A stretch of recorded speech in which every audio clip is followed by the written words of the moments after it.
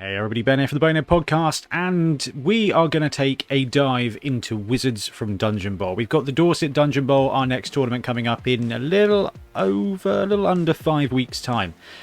And we've been filming all of the games for the Bonehead Championship Dungeon Bowl series.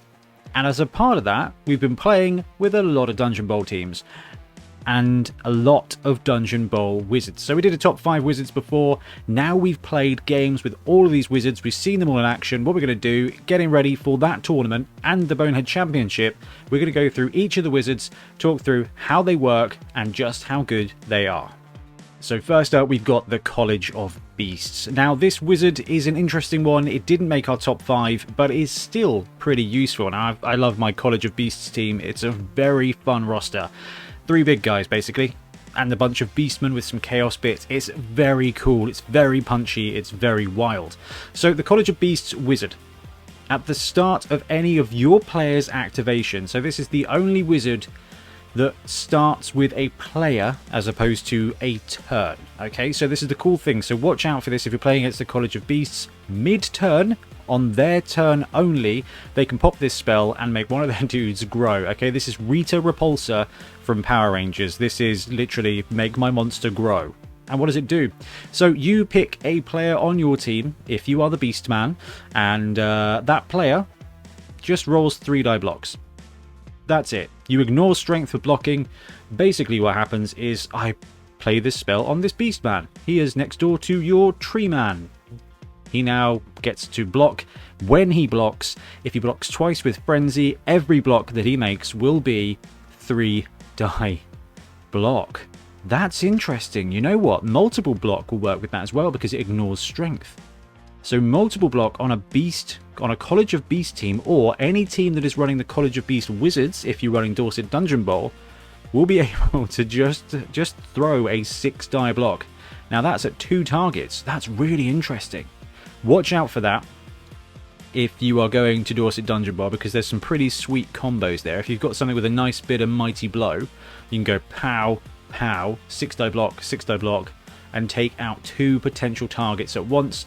It's more reliable on a Minotaur or something with Frenzy. College of Beasts wise, that would have to be Minotaur, Rat Ogre, something like that, unless you're giving a skill to one of your Beastmen.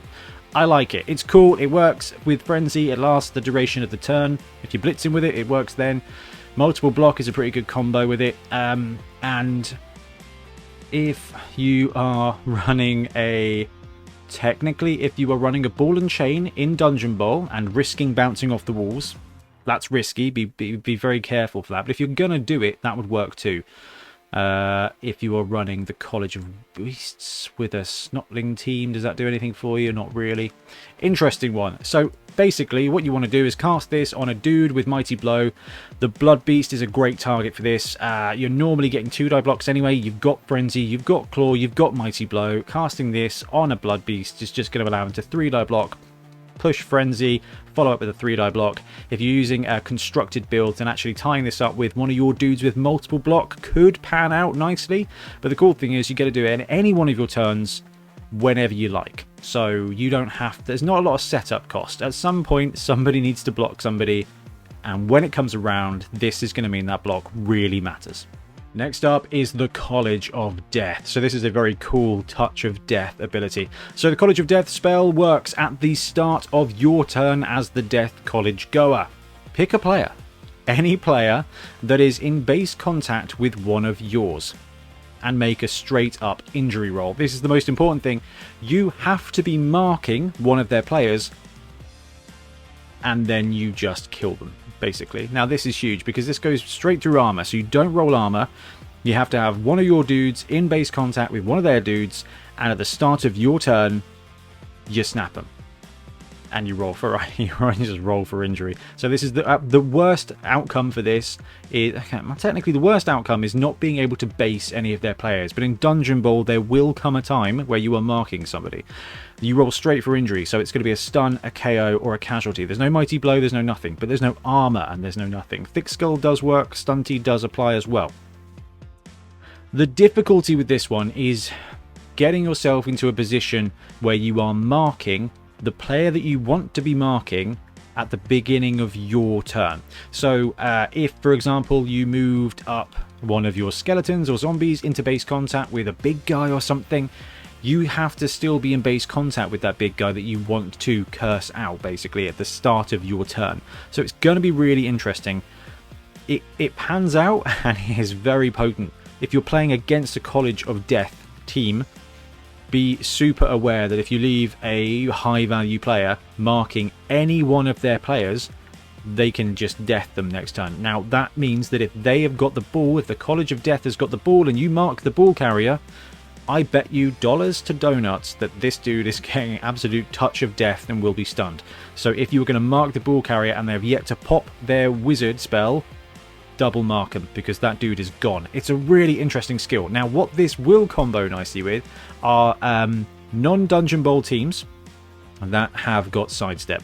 So ogres and snotlings and underworld, if they're allied with a College of Death wizard, that sidestep may be pretty awesome, because it means at the beginning of the turn, if you've got a snotling in combat, in base contact with one of their players, you just absolutely the snotling just turns into a visage of death and just destroys them, in theory. Now if you're on a sweet casualty, it's pretty epic. If it's a stun, it's a stun. But in Dungeon Bowl, stunning a dude, taking those tackle zones off, especially if you are the actual College of Death, can open up a running lane, can give you an opportunity to break through, and that is so important. It's not the best spell out there, but it is very effective. And the College of Fire. Okay, this is just a straight up fireball. Love it. It's great. So start or end of your opponent's turn. So in between turns, basically, you finish your turn just at the start of theirs, be like, right, I'm going to cast my fireball spell now. Pick a square, any square on the map. There's no restrictions with this one, and make a 4+ roll for every player within or adjacent. This is not automatic, but it is very similar in every way to the Blood Bolt spell, basically. Success, knockdown, and add +1 to armor roll. So you are bombing them with a fireball. We've seen this in Blood Bolt. It is incredibly effective. And if you are a Fire College team or a team allied with a Fire Wizard, at the beginning of the game, if you go first, you can absolutely bomb their end zone. Now, this and the College of Heavens with the Chain Lightning skill, it's not a bad opening ploy. They've got 6 dudes in their end zone. You've got 6 dudes in your end zone. If you are going first, you open up. Well, it's the end of your turn, the start of their first turn. No, this doesn't matter. This is the start or end of their turn. So even on turn 1, basically, you've got 2 choices with this spell. You can use it at the beginning of the game before they take their first turn and have a crack at taking out 6 of their players, basically. 6 4+s to potentially knock them down and mighty blow them. That can really hamper their first turn. Or you save it. You save it for a point where they are in that corridor and they are making a push for the ball. They've got the ball maybe, and you just go for the classic fireball turnover play. It's a very effective skill. It's a very effective spell. It works brilliantly in Blood Bowl, and you will not be surprised that an area of effect spell works very well in a very confined space like Dungeon Bowl. And here's the other area of effect-ish kind of spell. This is the College of Heavens. This is Chain Lightning at the start of your turn. So where the fireball can be the start of your opponent's turn, Chain Lightning only works at the start of your turn. So if you go first to start the game, you can nuke him in their end zone. If you go second, you do not get to do that. And it's a bit of a risky one anyway. It can be awesome. It can also not be awesome. So you pick a player anywhere on the board and you roll armor for them. So you pick one guy, you roll armor for them. They've got a war dancer with the ball, you roll straight up armor for them. If it works, no, if it works, yeah, if it works, or doesn't work, actually, I'll tell you what, let's double check that. Regardless as to whether the armor is broken or not, you then roll a dice, and on a 3+, you get to choose another target, can be friend, can be foe, within 2 squares of the first target, and you roll for armor. And then once you've rolled for armor, you roll a dice, and on a 3+, you get to zap another target within 2 squares. So this can daisy chain along. Now this is very cool as an opening ploy. Now the ability to just roll armor for somebody can be massive, okay, so do not underestimate that. You can save it for them to have the ball, and then at the start of your turn you just roll straight for armor for their ball carrier, and then maybe you'll take out a couple more. Also, at the start of the game, when your opponent's got 6 dudes in an end zone, that's all within 2 squares, you can daisy chain that lightning between every one of those players. Now, you've got to roll that 3+, and there's going to be some games where you don't roll armor, and then you don't roll a 3+, and that was it. That's your spell over. Very similar to Fireball. Fireball is better because you get that saturation. This can be cool though, with that 3+ daisy chaining between players. You can even use your own players to make sure that you can extend it. I think most of the time this is going to be a straight up armor roll on one of the guys in the end zone at the beginning of the game, or the ball carrier at a point where they are not expecting it. Very effective spell, can turn a game, can rob them of a turn, can rob them of a turnover. And then there's the College of Life. So at the start of your opponent's turn, you pick one of their players, and they cannot be activated this turn, and they have no tackle zones until their next activation as well.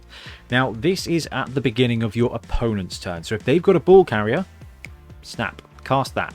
Vines come out of the dungeon floor, and they just capture that player. No tackle zones, no activations. They can't hand the ball off, they can't block, they can't dodge, they can't do anything.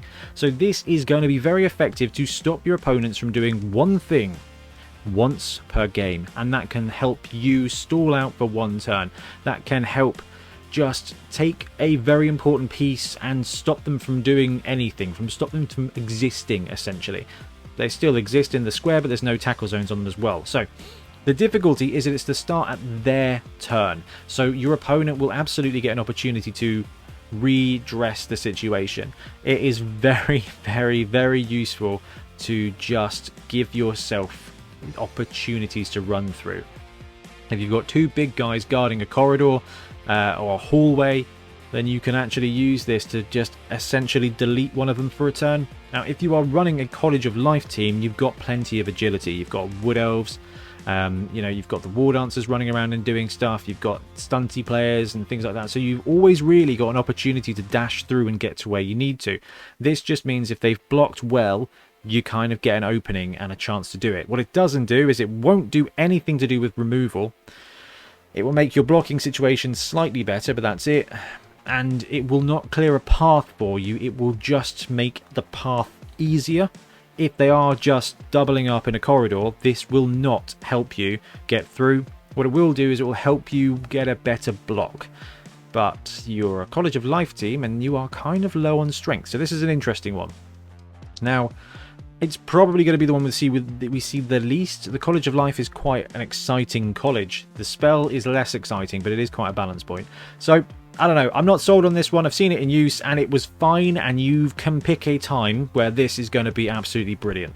And if you are playing against the College of Life, be aware that if you've got 2 guys guarding a thing, if they're not side by side, one of them could find themselves losing their tackle zones. But you do get a turn to kind of readjust your ranks to fill in that gap. Okay, so the College of Light has a spell that is weird. Again, not removal. So, at the start of your opponent's turn, you do the Gandalf at 2 towers, okay? You run down the side of a mountain and just put a laser pen in everybody's eye. So opposition players, during this turn and your next turn, because this is at the start of their turn, so your opponent, right, okay, you're cool, your turn, right, at the start of your turn, my wizard casts Duracell battery and LED light bulb.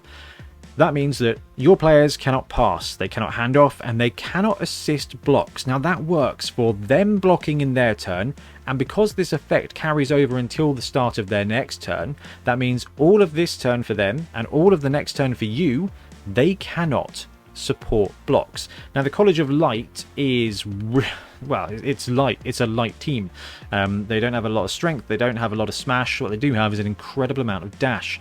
Now what this will do, because of that cannot assist blocks, this is going to give you the opportunity to bring up your high agility pieces to be supports to get better blocks for one turn.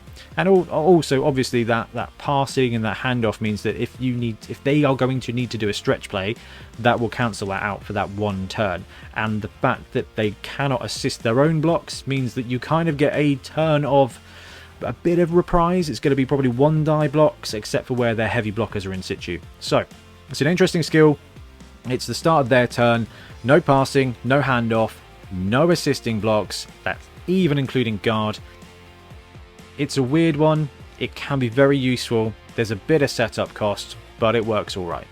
Okay, so the chunky boy in the room, the College of Metal. This is just excellent. This is just an excellent spell. I'd love this in regular Blood Bowl.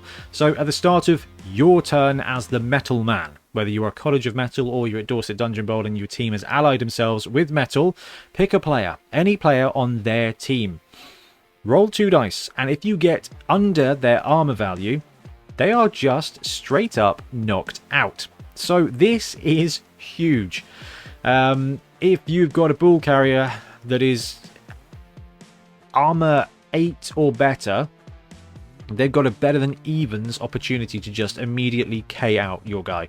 KO out straight away. If you've got a big guy, they can just target that player. They don't have to be in contact. They don't have to be anything at all. The College of Metal team just goes, right, my turn. I would like to delete the Croxagore on your turn, please. Right, roll 2 dice. Is it under, what, a 10? 11? That player is gone. So it's huge. It's a straight up KO. But KO in Dungeon Bowl is not the end of the player. They're going to be out for a couple of turns because your opponent can they can magic sponge them, but that's going to be 1 turn to magic sponge them into reserves and then another turn to bring them on. They can't activate, so they're going to be out of the loop for at least basically 3 turns. What it does do is gives you a huge opportunity to just delete a player once per game. The whole idea is that their armor becomes super heavy, so the more armor they've got, the more chance they are just absolutely out of action. And this is absolutely huge. So if you're running with the ball on a big guy, because in Dungeon Bowl, you don't have to pick up the ball from a chest, you just automatically get it. So Sauruses, Minotaurs, Edge 4 is not too bad, you know, Croxagores, dudes with Edge 4+, Edge 5+ are great. Like, you can use a Croxagore, wander him over to the chest, pick up the ball, sweet, doesn't matter that they've got Edge 7+ or whatever, they just collect the ball. But if you're playing against a College of Metal, it will matter that they are armor 10+, because this means that the College of Metal person can go, ah, your ball carrier's got armor 10, roll the dice, 9 or less, they are knocked out. Quick caveat, it is actually equal to or under their armor, so it's even better. And lastly, the College of Shadow. So if you've played Dungeon Bowl straight out of the box and you've taken the College of Shadow against the College of Fire as it goes, the College of Shadow has a very tough time. That is why we are playing with Wizards at the Dungeon Bowl tournament, is because they are so important to support them from a tactical point of view. Because what can happen in Dungeon Bowl is if you let your opponent, they can form the castle gates, they can have those players in the corridors to block the end zone, and it's really tough getting through. Enter the College of Shadows. So this wizard allows you at the start of your turn to select any one of your players that does not have the ball. They get basically turned into shadows and mist for a very brief moment, and in that very brief moment they can move 5 squares. You pick them up, you place them somewhere else within 5 squares, and then you carry on with your life. So if you've got, for example, gutter runners, and what's a good thrower? A Skaven thrower who has the ball, you just bamf that gutter runner 5 squares into the end zone, short pass on a 3++, win the game. So this is absolutely massive. This is not removal. There's no area of effect here. I realised that I lost my head. It's College of Shadows magic. So this is huge. It's not as great as an area of effect skill, but it is automatic, and it will automatically give you an opportunity to just get the other side of whatever defense your opponent is running. So if you're playing against a College of Shadows, be very aware that at some point one of their players can just apparate 5 squares away. That can be huge for them supporting blocks as well, so this is not just a defensive scoring mechanic. For a defense, if you break through against College of Shadows, the College of Shadows can just re-apparate their best player, their Skaven Blitzer, their Witch Elf, 5 squares back to get them clear to create a defensive opportunity. Or they can just bamf a dude in base contact with the ball carrier and open up their turn with a block. So it's a very powerful spell. It is not removal, but it really is the removal of obstacles, and 5 squares is a massive amount of territory to move in Dungeon Bowl. I love this spell. I underrated it, I think. It is very effective. There's a huge setup cost, but it's just one of those spells that's going to come in handy. And if you're playing against a college allied with the College of team allied with the College of Shadows, you're always going to be expecting that spell to just redistribute the one key player that you do not want to be where they're about to be. Anyway, I had to put this together to look at these spells. We used them in the Bonehead Championship for Dungeon Bowl. They've got theme, and I tell you what, the fact that we're having regular Blood Bowl teams in Dungeon Bowl who can choose a wizard means that there is like a million combinations. It's not really a million combinations. What is it? It's 29 times 8 combinations. So it's like 232 combinations. And that's awesome. Anyway, I'm going to wrap up now. Thank you very much for watching. Let me know what you think of the wizards. Do let me know of any wicked combinations that I've missed out, because the beast one is pretty sweet with multiple block. I like the idea of that. Shame it can't, help with fouling. That would be pretty awesome. Anyway, I'm going to wrap up. Thank you very much for watching. We'll be back soon with more Blood Bowl content. Happy spellcasting. Thanks very much for watching. We really appreciate your support. If you want to help support the channel even further, please like and subscribe, or come join us on our Patreon. We have early access to content. We get loads of feedback from you guys, and we try and do competitions as much as we can. Or you can get yourself some Bonehead Podcast merch on our Spreadshirt site. So if you want to support a team, especially for the Bonehead Championship, you can pick up a shirt, a mug, things like that. It all helps support the channel, and we really appreciate it. Anyway, links below. Thank you very much. Happy blocking.